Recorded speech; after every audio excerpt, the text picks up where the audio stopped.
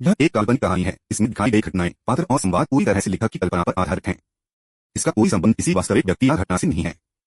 हिस प्रकाश की एक किरण अमर बंधन रस्सी से बंधे उस हत्यारे की छाती के आर पार हो गई। उस हमले में निहित तलवार इंटेंट ने पलक झपकते ही उस काले वस्त्रधारी हत्यारे के शरीर के आंतरिक अंगों को कुचल दिया। उसकी आंखें फटी की फटी रह गई थीं। अपनी मृत्यु के अंतिम क्षण तक वह यह नहीं समझ पाया कि गजिन और मीरा आखिर आरव की मदद क्यों कर रहे थे। दुर्भाग्य से वह अब यह कभी नहीं जान पाएगा। काले वस्त्र वाले हत्यारे के शव को तलवार आत्मा को सौंपने के बाद आरव ने एक अति उच्च ग्रेड का ऊर्जा पत्थर निकाला और उसकी ऊर्जा को सोखना शुरू कर दिया। हालांकि उन्होंने इस बार आत्मोन्नति स्तर के चौथे रैंक के हत्यारे को बड़ी आसानी से खत्म कर दिया था, लेकिन आरव के मन में अपने विरोधियों को कम आंकने का कोई विचार नहीं आया। आरव स्पष्ट रूप से जानता था कि उसे इतनी आसानी से सफलता इसलिए मिली क्योंकि उसने उन्हें चौंका दिया था। यदि उसने ऐसा नहीं किया होता तो शायद आरव और उसके दो तलवार सेवक उस हत्यारे को मार तो देते, लेकिन यह काम इतनी सुगमता से नहीं होता। इसके अलावा एक छोटी सी गलती उस हत्यारे को भागने या अपने साथियों को सचेत करने का अवसर दे सकती थी। इसलिए आरव ने यह नहीं सोचा कि आत्मोन्नति स्तर के विशेषज्ञ अब उसके लिए खतरा नहीं रहे, सिर्फ इसलिए कि उसने लगातार दो को मार गिराया था। इसी तरह 2 घंटे और बीत गए और आरव के शरीर के भीतर की गूढ़ ऊर्जा वापस आ गई। साथ ही तलवार आत्मा ने उस नए तलवार सेवक को भी परिष्कृत कर दिया था। अब बस उसे अपने वश में करना बाकी था। अपने पिछले 2 प्रयासों के अनुभव के साथ इस बार आरव के लिए यह काम बहुत आसान था और वह 1 घंटे से भी कम समय में सफल हो गया। इस तलवार सेवक का भी एक नाम था, लेकिन सुविधा के लिए आरव ने केंद्रीय क्षेत्र के उन दोनों हत्यारों का नाम बदल दिया। गजन को अंधकार 1 कहा और दूसरे काले वस्त्र वाले हत्यारे को अंधकार 2। जहां तक मीरा की बात थी, उसे मीरा ही कहा। अपने सामने खड़े 3 तलवार सेवकों को देखते हुए आरव के पास तलवार आत्मा की विशिष्टता और उस तलवार सम्राट की तकनीक की प्रशंसा करने के अलावा कोई विकल्प नहीं था जिसने इसे बनाया था, क्योंकि यह वास्तव में एक असाधारण तकनीक थी। यह सिर्फ इसलिए असाधारण नहीं थी कि यह आत्मोन्नति स्तर के विशेषज्ञों पर नियंत्रण कर सकती थी, बल्कि मुख्य कारण यह था कि भावनाओं और स्वयं की इच्छा शक्ति की कमी के अलावा वे हर दूसरे पहलू में एक जीवित व्यक्ति से अलग नहीं थे। यही कारण था कि मीरा और अंधकार 1, अंधकार 2 को इतनी आसानी से धोखा देने में सक्षम हुए थे। ऐसा इसलिए था क्योंकि उनका बाहरी रूप एक जीवित व्यक्ति से अलग नहीं था। इसलिए जब तक कोई अपनी दिव्य इंद्रियों से तलवार सेवकों की जांच न करे, तब तक केवल आंखों के भरोसे यह पहचानना असंभव था कि वे जीवित इंसान नहीं हैं। अगर मेरा कोई करीबी तलवार सेवक में बदल दिया जाए तो। आरव का दिल यह सोचकर ही सिहर उठा और उसने मन ही मन खुद को भाग्यशाली माना कि यह गुप्त तकनीक उसके हाथ लगी। अन्यथा यदि यह युगेंद्र जैसे लोगों के हाथ लग जाती तो यह वास्तव में भयानक होता। तीनों तलवार सेवकों को वापस रखने के बाद उसकी पीठ पर बंधा नीला तलवार संदूक भी ओझल हो गया। उसे अंधकार 2 से पता चला था कि पर्वत श्रृंखला में 3 और आत्मोन्नति स्तर के हत्यारे मौजूद थे। उनमें से 2 आत्मोन्नति स्तर के 5वें रैंक पर थे, जबकि आखिरी 6ठा रैंक का विशेषज्ञ था। आरव ने तुरंत उन्हें वश में करने का विचार त्याग दिया, क्योंकि तलवार आत्मा ने बताया था कि 5वें रैंक के आत्मोन्नति विशेषज्ञ ऐसी हस्तियां हैं जिन्हें वह अभी वश में नहीं कर सकता। आत्मोन्नति स्तर का 5वां रैंक एक बड़ी विभाजन रेखा थी। 5वें रैंक या उससे ऊपर के विशेषज्ञों और उससे नीचे वालों के बीच का अंतर बहुत बड़ा था। यह केवल उनकी शक्ति या अंतरिक्ष के रहस्यों की समझ में ही नहीं, बल्कि उनकी आत्माओं में भी झलकता था। तलवार सेवक बनाते समय आत्मा को नष्ट नहीं किया जा सकता था, हालांकि पांचवें रैंक के विशेषज्ञों की आत्माएं उनके शरीर को छोड़ सकती थीं, ठीक वैसे ही जैसे आरव की आत्मा तलवार तकनीक उसकी आत्मा को शरीर से बाहर निकलने देती थी। भले ही उनकी आत्माएं बहुत लंबे समय तक शरीर से बाहर नहीं रह सकती थीं, लेकिन उनमें प्रतिरोध करने की एक निश्चित क्षमता थी। सरल शब्दों में कहें तो पांचवें रैंक के विशेषज्ञों की आत्माएं निचले रैंक वालों की तरह केवल अनजाने में विरोध नहीं करती थीं। उनकी आत्माएं सचेत रूप से मुकाबला कर सकती थीं। आरव की आत्मा की वर्तमान शक्ति पांचवें रैंक के विशेषज्ञ की आत्मा के विरुद्ध जाने में पूरी तरह असमर्थ थी। इसलिए आरव ने उन्हें मारने का जोखिम नहीं उठाया, क्योंकि विफलता का अर्थ होता कि तलवार सेवकों पर उसके नियंत्रण का रहस्य उजागर हो जाता। वह इसे अभी उजागर नहीं करना चाहता था, क्योंकि वह भविष्य में युगेंद्र को एक बड़ा और सुखद सरप्राइज देना चाहता था। पर्वत श्रृंखला पर कहीं 3 काले वस्त्रधारी आकृतियां एक साथ जमा थीं, और उनके चेहरों पर अत्यंत गंभीर भाव थे, क्योंकि उन्हें एहसास हो गया था कि वे अब अपने बाकी 2 साथियों से संपर्क नहीं कर पा रहे थे। वे मर चुके हैं, उनमें मौजूद छठे रैंक के विशेषज्ञ रक्तवीर ने दबी आवाज में कहा। बाकी लोग चौंक गए और बोले, रक्तवीर, यह असंभव होना चाहिए, है ना? वे दोनों आत्मोन्नति स्तर के चौथे रैंक पर थे। आरव अपनी वर्तमान शक्ति से उन्हें कैसे मार सकता है? और तो और उसने जरा सी हलचल भी नहीं होने दी। छायांक सही कह रहा है, आखिरी काली आकृति ने कहा। मैं मानता हूं कि तलवार सम्राट की ताकत असाधारण है, लेकिन मुझे लगता है कि उसके लिए बिना किसी शोर या हलचल के उन दोनों को मारना असंभव है। आखिर वे दोनों आत्मोन्नति स्तर पर हैं। भले ही आरव के पास कोई चौंकाने वाला तुरुप का पत्ता हो, फिर भी वे भागने या कुछ समय तक मुकाबला करने में सक्षम तो होते ही। शुरुआत में मुझे भी विश्वास नहीं हुआ था, रक्तवीर ने कहा, लेकिन मुझे अभी मृत्युलोक सम्राट से एक संदेश मिला है। सम्राट ने कहा है कि उनकी आत्मा की पट्टियां जलकर राख हो गई हैं। दूसरे शब्दों में, वे वास्तव में मर चुके हैं। हालांकि मुझे नहीं पता कि वे आरव के हाथों मरे हैं या नहीं, लेकिन मुझे लगता है कि उनकी मौत का संबंध निश्चित रूप से उसी से है, भले ही उसने खुद उन्हें न मारा हो। यह सुनकर उनके हाव भाव तुरंत बदल गए। रक्तवीर ने कहा, यह तलवार सम्राट अत्यंत रहस्यमय है। उसके पास न केवल कई दिव्य कलाकृतियां हैं, बल्कि वह अपनी आभा को छिपाने में भी सक्षम है। इसके अलावा उसकी ताकत उसी साधना स्तर के किसी भी अन्य योद्धा से कहीं अधिक है। वह अब तक का सबसे राक्षसी प्रतिभाशाली व्यक्ति है जिसे मैंने देखा है, और यदि उसे फलने फूलने दिया गया तो वह निश्चित रूप से सम्राट का एक और भयानक दुश्मन बन जाएगा। मैं वास्तव में यह समझ नहीं पा रहा हूं कि जब नियति ने मृत्युलोक सम्राट को अपना प्रतिनिधि चुना है, तो इस धरती ने यहाँ ऐसे प्रतिभाशाली योद्धा को जन्म क्यों लेने दिया। हर रात की कहानी, हर दिन का धमाका, सिर्फ स्टोरी हंगामा पर। तो अभी सब्सक्राइब करें और बेल आइकन दबाएं, क्योंकि अगली कहानी आप मिस ना कर पाए। क्या उसकी उपस्थिति केवल सम्राट को और अधिक निखारने के लिए है? निश्चित रूप से ऐसा ही होगा, छायांक ने कहा। प्राचीन काल में जब सम्राट प्रकट हुए थे, तब क्या महान प्रतिभाओं की बाढ़ नहीं आ गई थी? लेकिन क्या अंत में उन सभी ने सम्राट के चरणों में घुटने नहीं टेके थे?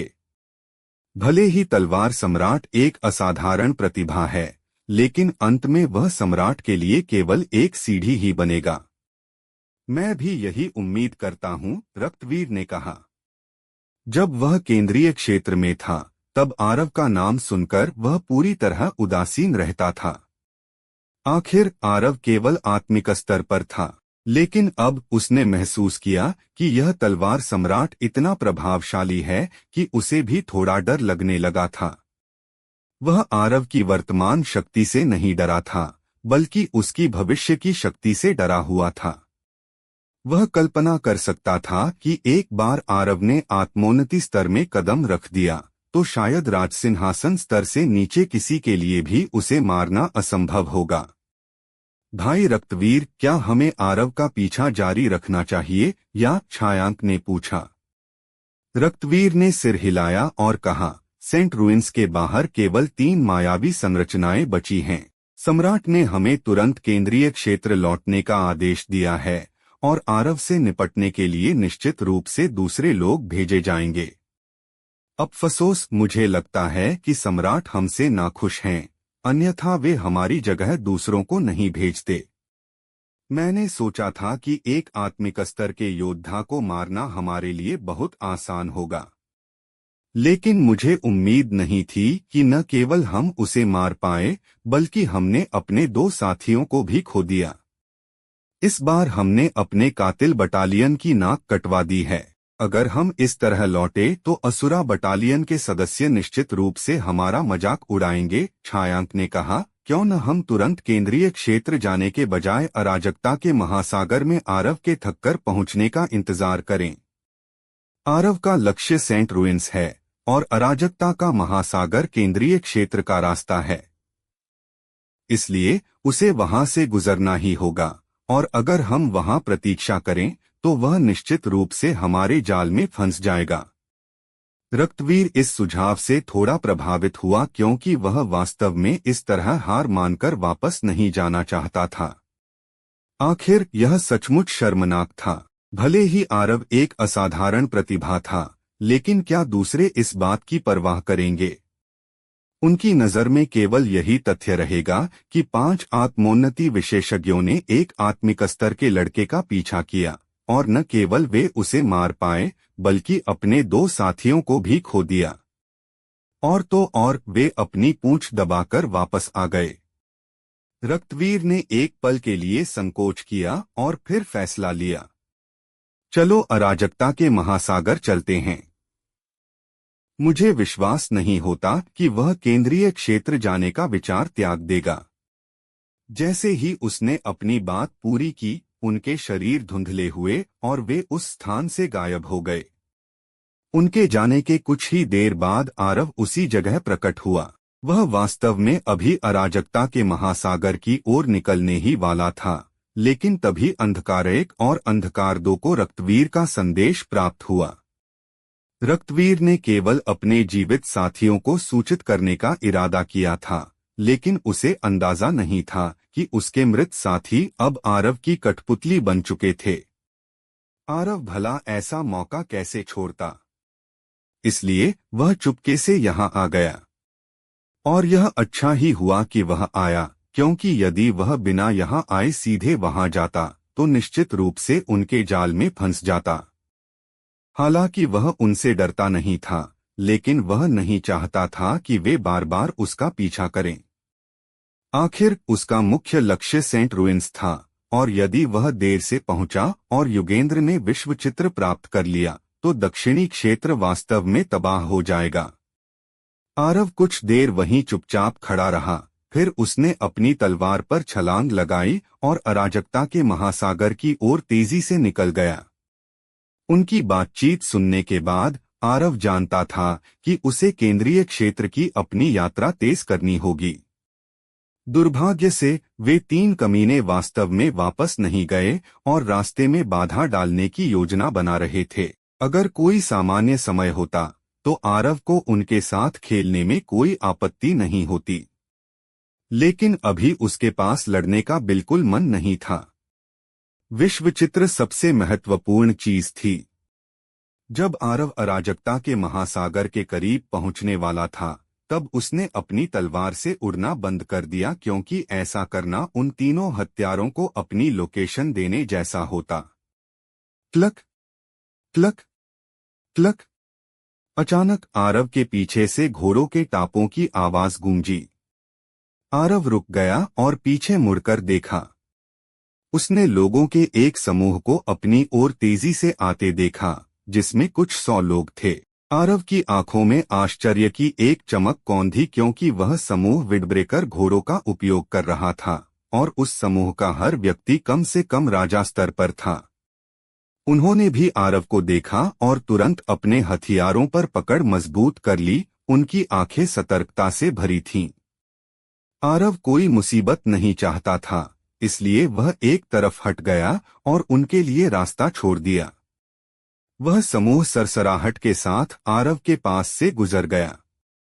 तभी आरव ने ध्यान दिया कि इस समूह के बीच में एक पालकी गाड़ी थी, जिसे गार्ड्स ने चारों ओर से कसकर घेर रखा था। जाहिर है, गाड़ी के भीतर मौजूद व्यक्ति का कद और पहचान साधारण नहीं थी। हालांकि आरव को इससे कोई लेना देना नहीं था। तभी अचानक वह समूह रुक गया।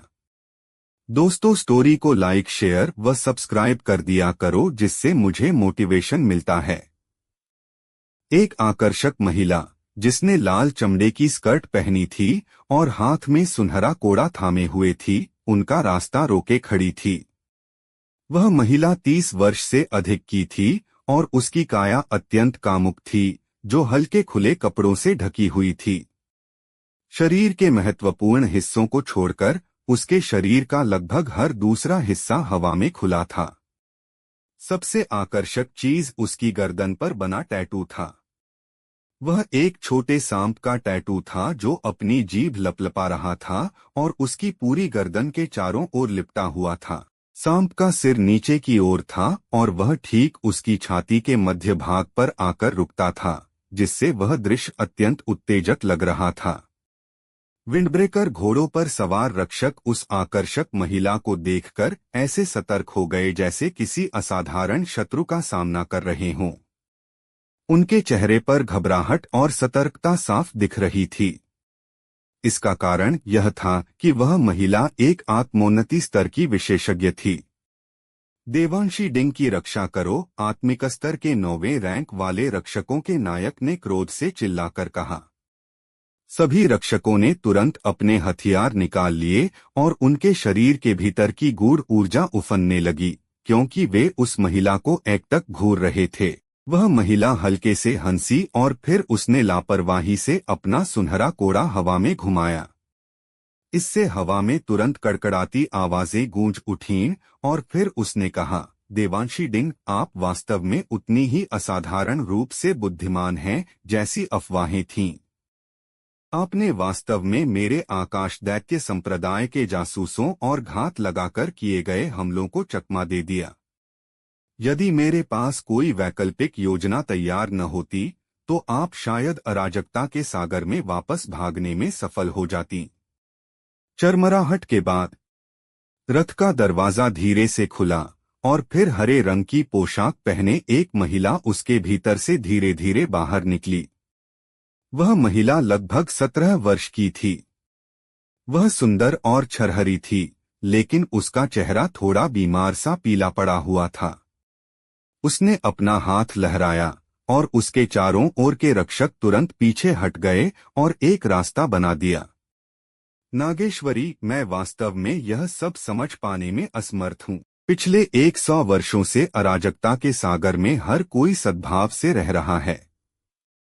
तो फिर अचानक तुम्हारे आकाश दैत्य संप्रदाय ने मेरे दीप्ति वंश पर हमला क्यों किया है? क्या तुम्हारा संप्रदाय मेरे दीप्ति वंश के क्रोध से नहीं डरता? उस महिला ने कहा। देवांशी डिंग, क्या आप इसलिए देरी करने की कोशिश कर रही हैं ताकि आपके दीप्ति वंश की कुमुक आपको बचा सके? नागेश्वरी ने कहा। यदि आपकी यही योजना है तो मैं आपको बता सकती हूँ कि आगे प्रतीक्षा करने की कोई आवश्यकता नहीं है, क्योंकि अन्य लोग उन विशेषज्ञों को यहाँ आने से रोकने के लिए जा चुके हैं। उस महिला के चेहरे पर थोड़ी आशंका झलकी और फिर उसने कहा, नीलतरंग संप्रदाय, नक्षत्र मंडल संप्रदाय और दैवी रहस्य संप्रदाय ने तुम्हारे आकाश दैत्य संप्रदाय के साथ हाथ मिला लिया है। उसे स्पष्ट रूप से पता था कि चूंकि नागेश्वरी ने ये शब्द बोलने का साहस किया था, तो आकाश दैत्य संप्रदाय ने निश्चित रूप से सहायता प्राप्त कर ली थी। अन्यथा अकेले आकाश दैत्य संप्रदाय के लिए उसके दीप्ति वंश के विरुद्ध जाना असंभव था। नागेश्वरी की आंखों में आश्चर्य की एक लहर कौंधी और फिर उसने कहा, देवांशी वास्तव में असाधारण रूप से बुद्धिमान हैं। चूंकि आपने उत्तर का अनुमान लगा लिया है तो आप कोई व्यर्थ प्रतिरोध करने की कोशिश नहीं करेंगी, है ना? मैं गारंटी देती हूं कि यदि आप आज्ञाकारी बनकर मेरे साथ चलेंगी तो मैं आपके सभी अधीनस्थों की जान बख्श दूंगी। देवांशी डिंग, आप ही मेरा एकमात्र लक्ष्य हैं। अगर मैं मान भी जाऊं तो मेरे ये रक्षक नहीं मानेंगे, महिला ने कहा। हम अपनी मृत्यु तक देवांशी की रक्षा करने की शपथ लेते हैं, वे सभी एक साथ बोले। उनकी आंखें दृढ़ संकल्प से भरी थीं और उनमें कायरता का लेशमात्र भी अंश नहीं था। तो देवांशी डिंग का इरादा अंत तक विरोध करने का है। नागेश्वरी की निगाहें धीरे धीरे बर्फीली होती गईं। भले ही वह एक आत्मोन्नति स्तर की विशेषज्ञ थी, लेकिन वह 100 से अधिक योद्धाओं का सामना कर रही थी। इसके अलावा उनमें से 30 से अधिक आत्मिक स्तर पर थे, जबकि 10 से अधिक आत्मिक स्तर की 9वीं रैंक पर थे। यदि वे युद्ध में एकजुट हो जाते तो वे उसके लिए एक बड़ा खतरा बन सकते थे, अन्यथा उसने इतनी देर तक अपनी सांस बर्बाद नहीं की होती। व्यूह बनाओ, महिला ने कहा। जैसे ही वह बोली, उसके आसपास के सभी रक्षक तेजी से घूमे और उन्होंने पल भर में एक गोलाकार व्यूह बना लिया। घेरे की आंतरिक परत के रक्षकों के हाथों में धनुष थे, जबकि बाहरी परतों के रक्षकों के हाथों में भाले थे। इसके अलावा उनके पैरों के नीचे रोशनी का एक हल्का नीला घेरा दिखाई देने लगा था। हमें बस 1 घंटे तक डटे रहना है। तब तक हमारे वंश के विशेषज्ञ निश्चित रूप से यहाँ पहुँच जाएंगे। यदि हम इस युद्ध में जीवित रहने में सफल रहे तो मेरा दीप्ति वंश आप में से प्रत्येक को 10 उच्च श्रेणी के ऊर्जा पत्थर देने के लिए तैयार है। इसके अलावा धरती रैंक तकनीक मंडप आप सभी के लिए आधे महीने तक खुला रहेगा और आप वहां से एक धरती रैंक खजाना चुन सकते हैं।